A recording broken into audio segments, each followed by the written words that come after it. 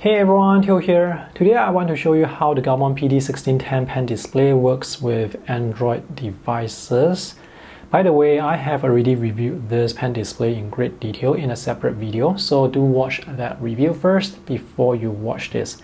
And just to give you a really quick intro, a pen display is actually a monitor that you can draw on, and since it's a monitor, you do have to connect this to a computer in order to use it.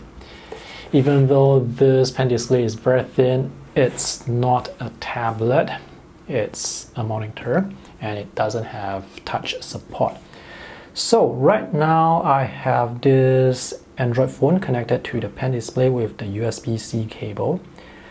This phone cannot output video, so that's why the display is black, but the pen actually still works. So if I swipe left, you can see the display on the phone swipes left and right, up and down, but there is no cursor, so you won't be able to see where you are clicking on the phone. Gaomon recommends you use this pen display with Android devices that can output video, more specifically Android devices that has the desktop mode, so that when you connect to the Android device, you get this desktop user interface. And now I have the pen display connected to this Android tablet, which is the Samsung Galaxy Tab S8 Ultra, which is an Android tablet that can output video and has the desktop user interface. I also need to connect this pen display to additional power because this tablet does not provide enough power to power the pen display. If you use an Android device that can output video but does not have the desktop user interface, let me show you what will happen. So this is just going to mirror the Android device. And the pen will work. If I swipe left and right, up and down, it works. But there is cursor misalignment. So if I tap on this icon or app to open it, nothing happens. If I tap in this empty area here, you can see it actually opens up this folder right up here. So the pen tip is here, but the folder is here. So there is huge cursor misalignment. Let me turn the tablet horizontally.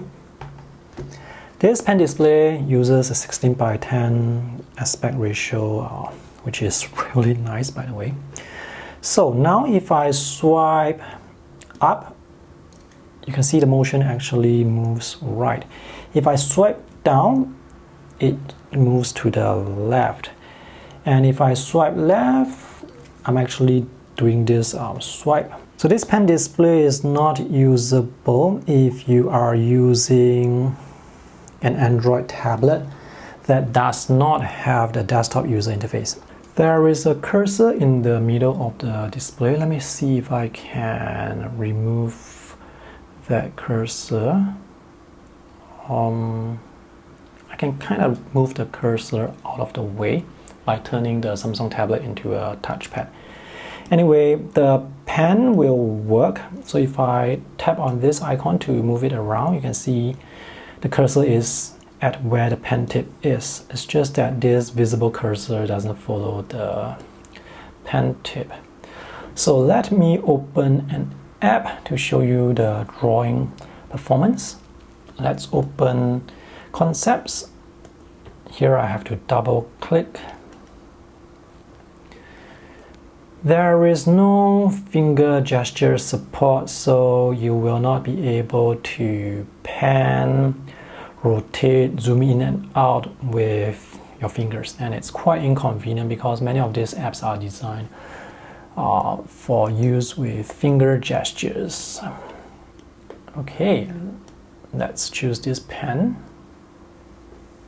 Pressure sensitivity works, but there is no Android driver, so you will not be able to tweak the pressure sensitivity curve because there is no driver. So you have to just use whatever pressure settings that are provided with the app. Now with this app Concepts, you will not be able to adjust the pressure curve, but with apps like Clip Studio Paint, you can actually adjust the pressure curve. I wanted to undo with double tap, but there's no finger gestures. So I have to do this to clear the space, or I have to press the undo buttons here. This touch sensitive shortcut buttons will not work because there is no driver. So when I'm using this app with the Samsung tablet, with the Samsung S Pen, I can tilt the pen to get broad strokes, but now when I tilt this Gaomon pen, you can see the strokes are still thin.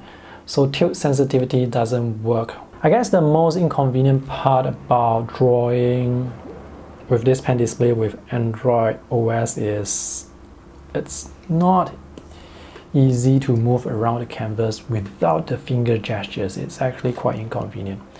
And if you want to switch between apps, you can't use your finger to swipe up, you have to use your pen to swipe up. Yeah. Before you can go to the home screen to switch to another app. And this app is Medibank Paint Pro. So this display is 16 inches and it's considered big, so you can have palettes on the left and right side and still have a good amount of canvas space to work with. And this particular app has a user interface that's designed for desktop use. So this UI, where you can see all the tools and palettes by the side, is actually quite productive when it comes to drawing. Pressure sensitivity works well. There is latency, there is the usual latency with pen displays, but drawing performance is not affected, and drawing performance is actually quite good.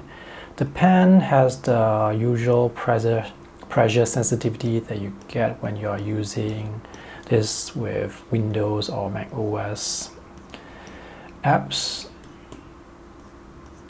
Yep, so the strokes are able to taper quite nicely, and the cursor tracking is very accurate. There is no cursor misalignment.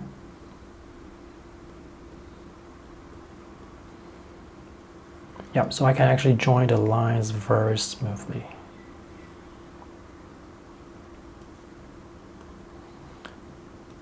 So this pen display will work well with certain apps, work better with certain apps compared to other apps. You have to find the best app to use with this pen display, the best Android app to use with this pen display.